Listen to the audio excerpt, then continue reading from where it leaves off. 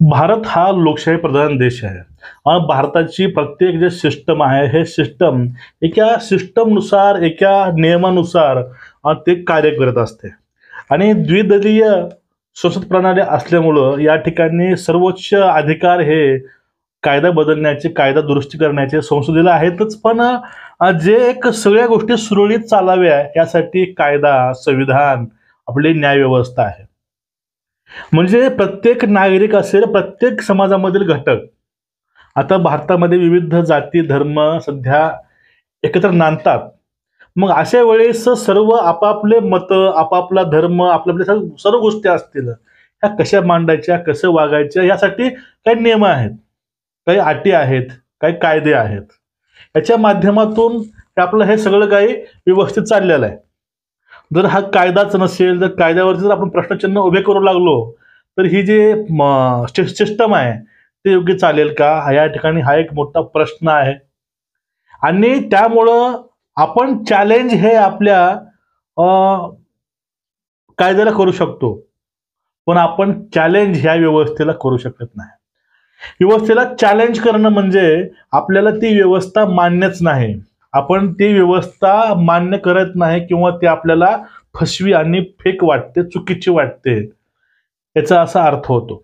याचा अर्थ म्हणजे तो त्याला आपण राष्ट्रद्रोह म्हणा किंवा अजून तर काय म्हणता येईल, तुम्ही कमेंट करून सांगा. ते म्हणता आपल्याला या ठिकाणी येईल. पण आपण नेमकं कुठल्या बाबतीमध्ये ह्या गोष्टी करतोय? याच्या माध्यमातून नेमकं साध्य काय करायचंय?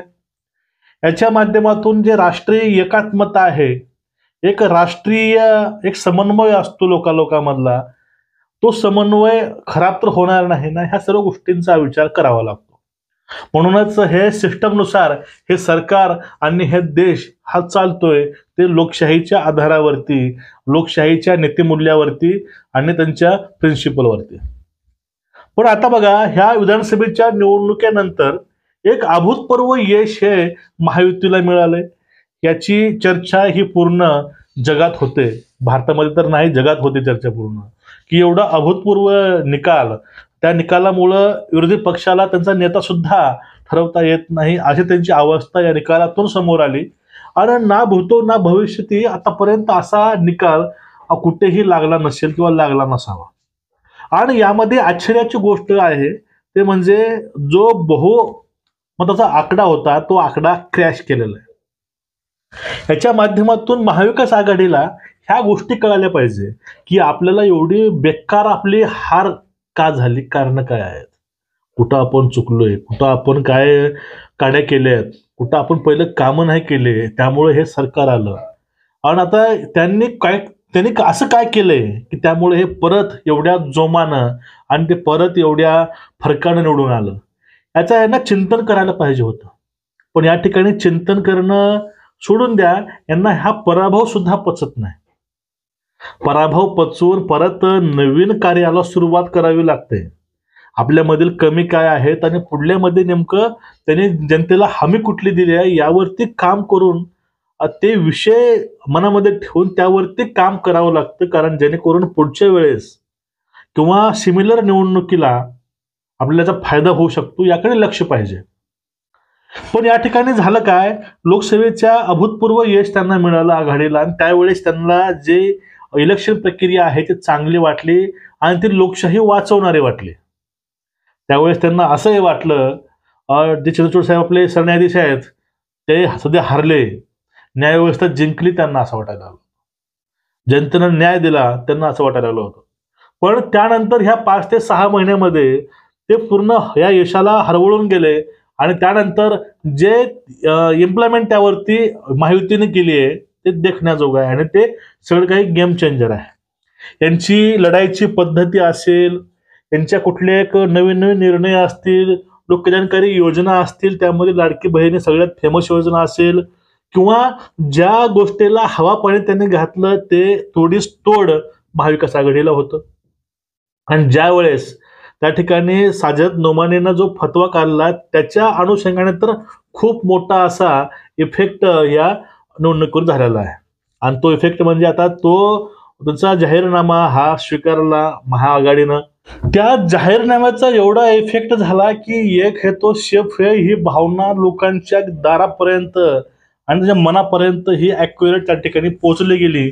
आणि लाडक्या बहिणीचा इफेक्ट आणि शिंदे साहेबांच्या नेतृत्वामध्ये लढलेली निवडणुका या सगळ्या गोष्टीमध्ये एवढं यश मिळालं यांची अपेक्षा सुद्धा कधी झाली नव्हती. आणि एकेकाळी काही गावं वनवे हे आघाडीला होते, ती गावं सध्या वनवे महायुतीलाच्या पारड्यामध्ये पडलेली आहेत. आणि यामधलंच एक गाव आहे सोलापूर शहरामधील माळशिरस तालुक्यामधील मारकवाडी. आता या मारकवाडीमध्ये नेमकं झालंय काय की येथील लोकांचं म्हणणं आहे की आमचं गाव हे जाणकारांना यावेळेस वनवे होतं. त्यामध्ये मोहिते पाटील आणि जानकर हे दोघे जे एकत्रित आल्यामुळं जानकरांकडे हे गाव पूर्णपणे एकत्रित होतं. पण या ठिकाणी राम सातपुते यांनी बघा मागचे आमदार ते मुळातले बीड जिल्ह्यामधील आहेत, पण स्थायिक हे माळशिरसमध्ये आहेत. आणि ते यावेळेस त्या गावातून त्यांना लीड तिथे मिळाली. आणि त्यांना हे लीड कशी मिळाली, हे लीड मिळायची कारण काय आहेत हे शोधणं लांब राहिलं. बघा एकेकाळी आपण ह्या निवडणूक व्यवस्थेला चॅलेंज करतोय, नेमकं हे खूप घातक आहे. म्हणजे याचा अर्थ आहे की तुम्हाला ते इलेक्शन कमिशन तुम्हाला मान्य नाही, तुम्हाला ते निवडणूक मान्य नाही, तुम्हाला ते सिस्टम मान्य नाही, हे यातूनच स्पष्ट होते. आता लोकांनी मत कुणाला करावं, आता हे मतदान हे गुप्तदान आहे. लोकांचे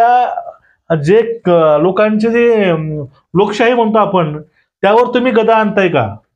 लोक आतापर्यंत महाविकास आघाडीकडे होती असतील, पण ह्या योजनेमुळं काय कल्याणकारी कामामुळे विकासामुळं ह्या लोकांना तिकडे मतदान करावं नाही वाटलं असेल, लोकांनी इकडे मतदान केलं असेल. त्यामध्ये गैर काय? मग त्यांचा समज काय की लोकांनी इकडे मतदान केलं. बघा गावगाव काय होतं माहितीये का, लोक सांगतात इकडे, लोक मतदान करतात इकडं. म्हणजे लोक म्हणतात आम्ही मतदान आघाडीला केलंय, पण ते मतदान करतात भाजपला. काही किस्से समोर असे आलेले आहेत की नवरा हा कार्यकर्ता आहे आघाडीचा, पण त्याच्या बायकोनं मतदान केलेली आहे महायुतीला. अशा भरपूर घटना घडलेल्या आहेत यावेळेस. कारण स्त्रियांना सख्खा भाऊ सुद्धा 500च्या वरती ओवाळणे टाकत नाही. शासनाने स्वतः त्यांना 500 रुपये दिलेले आहेत, जी एवढी रक्कम मोठी दिलेली आहे. आणि त्यांचे जे विकास कामं आहेत ते त्यांनी केलेले आहेत. म्हणजे ह्या महिलांना ते 3 भाऊ आपल्या आपल्याशी वाटू लागला. आणि त्याचा इफेक्ट हा ह्या निवडणुकीत झालेला आहे. आता त्याने सांगितलं की आम्हाला ही निवडणूक मान्य नाही, आमच्या गावाचा कल हा जानकराकडे होता आणि 160चा फरक आहे. आमच्या गाव तर वनवे पूर्ण जानकरांना असतं, पण आता 160चा फरक कसा काय, म्हणून त्यांनी बॅलेटवरती निवडणूक घ्यायचं ठरवलंय.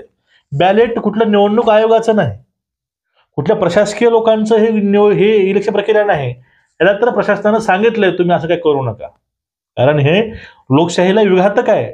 हे लोकशाही वाचवण्यासाठी चाललं नाही, हे लोकशाहीला मारक गोष्टी आहेत. म्हणून त्यांना प्रशासनानं हे नकारलं होतं. मग त्यांनी परत मागणी केली की आम्ही जे निवडणूक घेतोय बॅलेटवरती, तुम्ही त्याला शासकीय प्रशासकीय तुम्ही लोक द्या.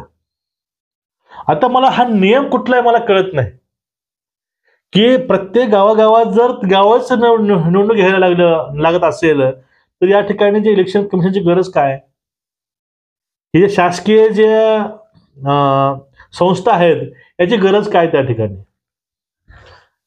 या ठिकाणी बघा तुम्ही जाऊन चॅलेंज करा कायद्याला, तुम्ही जाऊन केस टाकून द्या, तुम्ही पुढली लढाई लढाई न्यायालयाची. पण ही कुठला पद्धत आहे नवीनच. ह्यातून जर हे मान्य केलं तर लोकशाही आहे, सगळं काही चांगलं आहे. आणि जर ही असं घटनाबाह्य गोष्ट तर मान्य नाही केली तर लोकशाही धोक्यामध्ये आहे. लोकशाहीच नाही, नेमकं लोकशाही मारतंय कोण, ह्यातून गोष्ट समोर येते. आता जे मार्केटवाडीची जी अवस्था आहे त्या गावामध्ये पोलीस बंदोबस्त वाढवण्यात आलेला आहे, त्यांना नोटीस पण दिलेली आहे. या ठिकाणी 144 कलमचा लावायचा इशारा केलेला आहे संचारबंदीचा. हे नेमकी अवस्था काय, यातून फक्त एक गोष्टच कळते की मतदाराच्या डोक्यावरती काहीतरी टेन्शन द्यायचं काम केलेले आहे.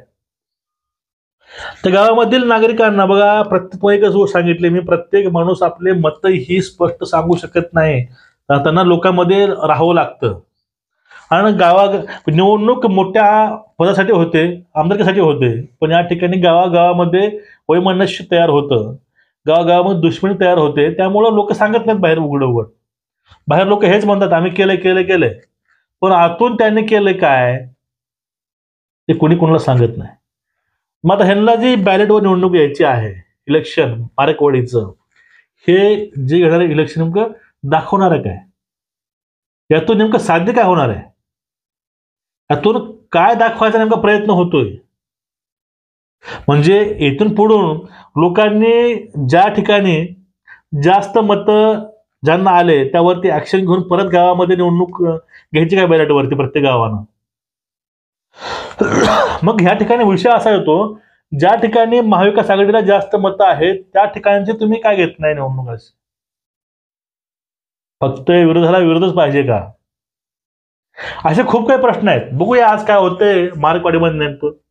तेथील नागरिक, गाव, प्रशासन निर्णय काय घेतोय आणि त्यावरती जे प्रतिक्रिया आहेत ते तर आहेतच आघाडीच्या. त्यात काय वाद नाही. त्यांच्याकडे कुठला बोलायला विषय सध्या नाही. कारण त्यांच्याकडं जे कुठल्या बाबतीत त्यांना आरोप करावा लागतो महायुतीवरती, ते विषयच नाही कुठला. कारण सर्व त्यांनी केलेलं आहे ऑलरेडी. मग आपलं विकास असेल, कुठली योजना असतील त्या सर्व. मग त्यांना बोलायचं कुठल्या गोष्टीवरती? त्यांना धारेवर धरायचं कोणत्या गोष्टीसाठी? हा मुद्दा मुळात नाही. हे जे मारकवाडी आहे हे फक्त नाममात्र निमित्त आहे फक्त. पण यातून त्यांना नेमकं साध्य काय करायचंय हे खूप महत्वाचं आहे. आणि जर असंच होत असेल तर जरा काळामध्ये चित्र खूप गंभीर असणार आहे, असं माझं मत आहे. नमस्कार.